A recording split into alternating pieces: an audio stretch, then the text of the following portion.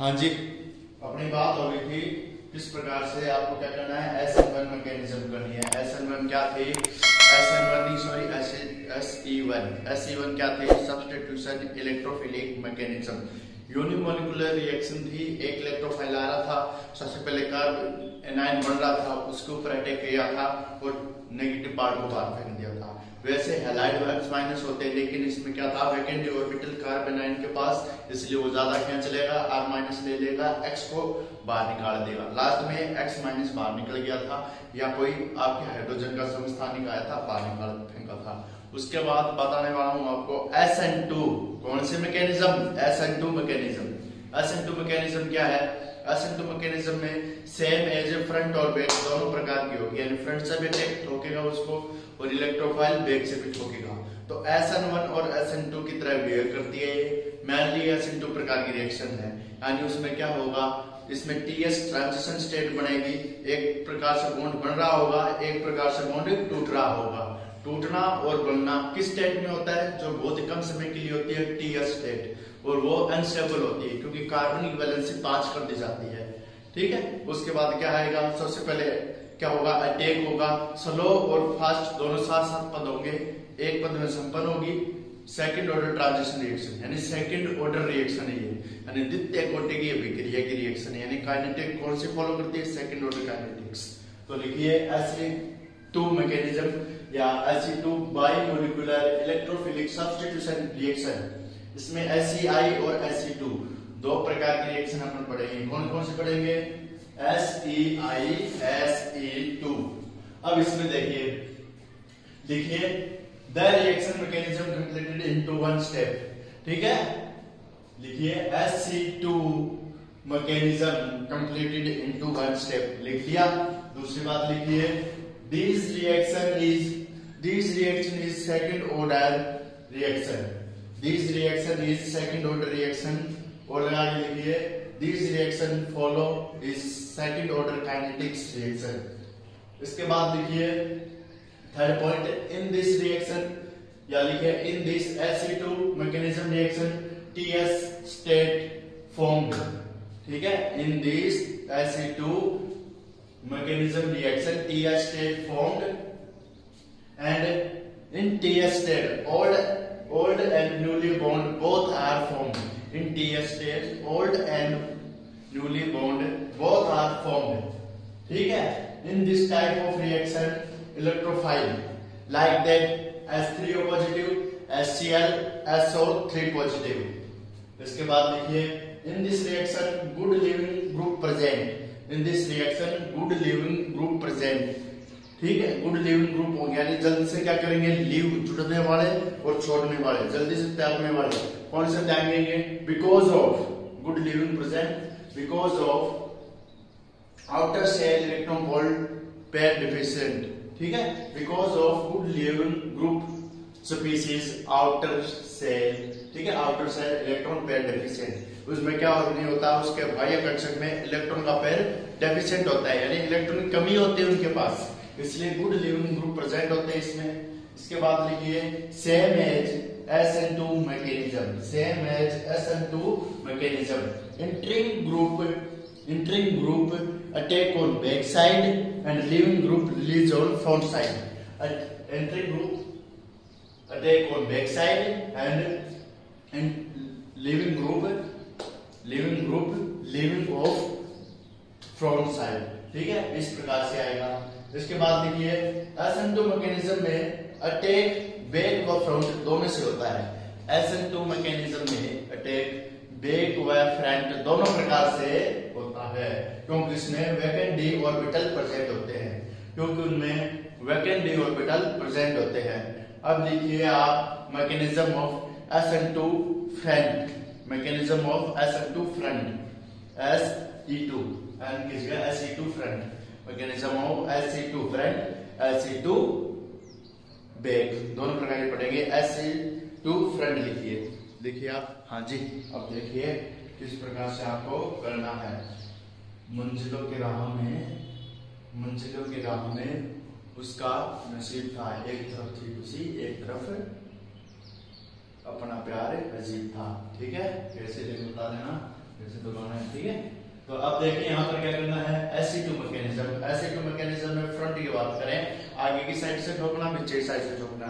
You mean आगे से take करना और पीछे से टेक करना, आगे से टेक करेंगे और पीछे से। तो अगर आगे से टेक होगा इलेक्ट्रोफाइल के द्वारा तो SE2 कौन सा फ्रंट होगा, SE2 फ्रंट से, सामने से, और पीछे से आएगा तो बैक साइड। पीछे से क्यों आएगा, ज्यादा प्रभावित क्यों है, क्योंकि इसके पास क्या है, कार्बोनाइन। कार्बोनाइन इलेक्ट्रॉन डेफिशिएंट स्पीशीज है, इलेक्ट्रॉन डेफिशिएंट स्पीशीज है, जिसके कारण क्या हो रहा है, ये ज्यादा अच्छे से इसके साथ क्या कर रहा है, अटैक कर रहा है। अब देखिए SE2 फ्रंट, SE2 फ्रंट में क्या है, कार्बोनाइन है, 3 कार्बन की वैलेंसी है, ठीक है। तो 1 2 3, और जिसके कारण कार्बोनाइन इस पर नेगेटिव चार्ज है, एक का एक बॉन्ड क्या है, वैकेंट है, इसलिए इस पे कार्बन की वैलेंसी 3 है, ठीक है। ये कार्बन का नेगेटिव चार्ज है। अब क्या करेगा, कार्बन का नेगेटिव चार्ज है, ये Y कोएफिशिएंट क्या है, इलेक्ट्रोफाइल है, ये Z है, आने वाला इलेक्ट्रोफाइल है। जैसे आपके इलेक्ट्रोफाइल H+ जुड़ा हुआ है, यहाँ पर मान लीजिए मैंने लिखवाया था H+ जुड़ा हुआ है। अब क्या करेगा, ये H+ है, नए आने वाला कौन सा है, HCl है या NO2 है। NO2 पॉजिटिव है, NO2 पॉजिटिव इलेक्ट्रोफाइल है, तो NO2 पॉजिटिव आ जाएगा, H+ को बाहर निकाल देगा, या HCl आ जाएगा, तो यहाँ पर अटैक कौन करेगा, HCl पॉजिटिव रूम में अटैक करेगा और इसको बाहर निकाल देगा। तो क्या करेगा, Y है, Y को रिमूव करेगा, नया न्यूक्लियोफाइल Z के रूम में आएगा, इसके साथ अटैक हो जाएगा और जुड़ जाएगा।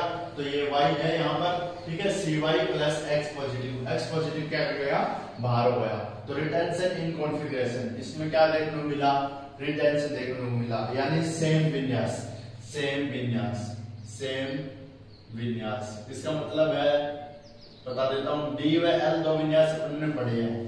D व L का कॉन्फ़िगरेशन जैस्मिक मिश्रण कहलाता है। तो अपने पता है OH इस साइड है, H इस साइड है, CH2OH है, और यहाँ पर CH3 है। कायरल कार्बन है, कायरल कार्बन स्टीरियो बनेंगे। तो यहाँ पर H इस साइड है, OH इस साइड से, और CH2OH इस साइड है, CH3 इस साइड है। तो यहाँ पर एक D है और एक L है।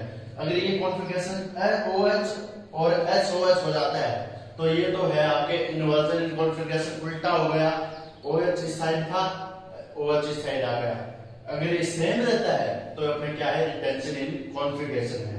तो अपन कह देंगे इस अभिक्रिया में, SN2 फ्रंट अभिक्रिया में आने वाला इलेक्ट्रोफाइल आगे से टेक करता है या फ्रंट से टेक करता है, तथा इस प्रकार इस मैकेनिज्म में रिटेंशन इन कॉन्फ़िगरेशन हमें शो होता है, रिटेंशन इन कॉन्फ़िगरेशन हमें शो होता है। अब लिखिए SE2 बैक, इस प्रकार की SE2 बैक लिखिए, इस प्रकार की इलेक्ट्रोफाइल सब्स्टिट्यूशन मैकेनिज्म रिएक्शन में, इस प्रकार की इलेक्ट्रोफाइल सब्स्टिट्यूशन मैकेनिज्म रिएक्शन में आने वाला इलेक्ट्रोफाइल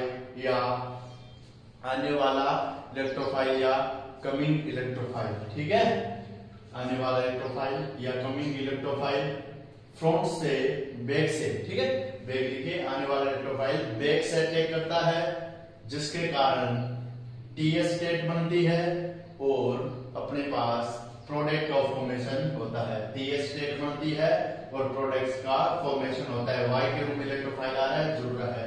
इसी प्रकार यहाँ पर Z कोई अलग इलेक्ट्रोफाइल था, Y को रिमूव कर दिया, ठीक है। तो ये इस प्रकार से।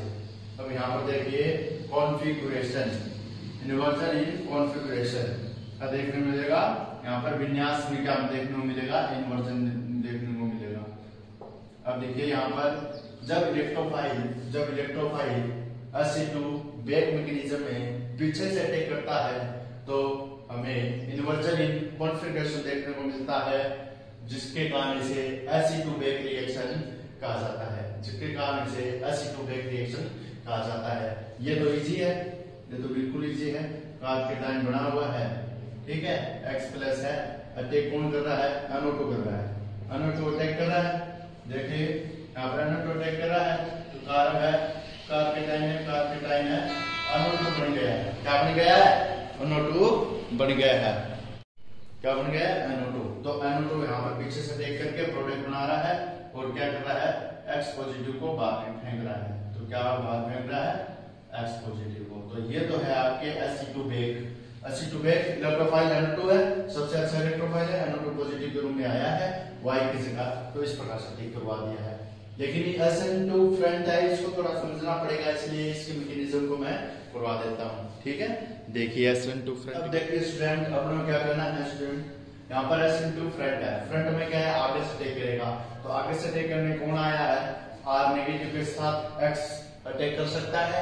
इलेक्ट्रोफाइल के रूम में R नेगेटिव माइनस के रूम में टूटेगा, बस इतना याद रखना है, इस पे भी माइनस आएगा, इस पे भी माइनस आएगा, तो ये किस प्रकार से टूटेगा, ये X है, ये इधर आएगा, ये बॉन्ड X पॉजिटिव के रूम में, ये माइनस के रूम में, ये प्लस है, ठीक है, ये एक बार माइनस के रूम में टूटेगा, क्योंकि इसकी ज्यादा है, ये मेटल है, मेटल क्या करती है, इलेक्ट्रॉन लेती है, काटती है, तो ये बॉन्ड इधर घूमेगा, इधर नहीं घूमेगा, सॉरी ये इधर घूमेगा, तो यहाँ पे ये मेटल है, मेटल के पास क्या करेगा, ये मेटल होने के कारण ये Hg, ये R जो इस पर नेगेटिव रूम में पड़ा है, ठीक है, ये नेगेटिव रूम में इसने ले लिया और ये पॉजिटिव ले लिया, ठीक है, ये मेटल का, तो ये R और ये Hg, ये तो इससे जुड़ जाएगा और ये X इससे जुड़ जाएगा, तो अपने पास क्या होगा, ये R है कॉन्फ़िगरेशन है नेगेटिव रूम में, Hg ये रहा और ये Hg इस X से जुड़ गया ना, जुड़ गया।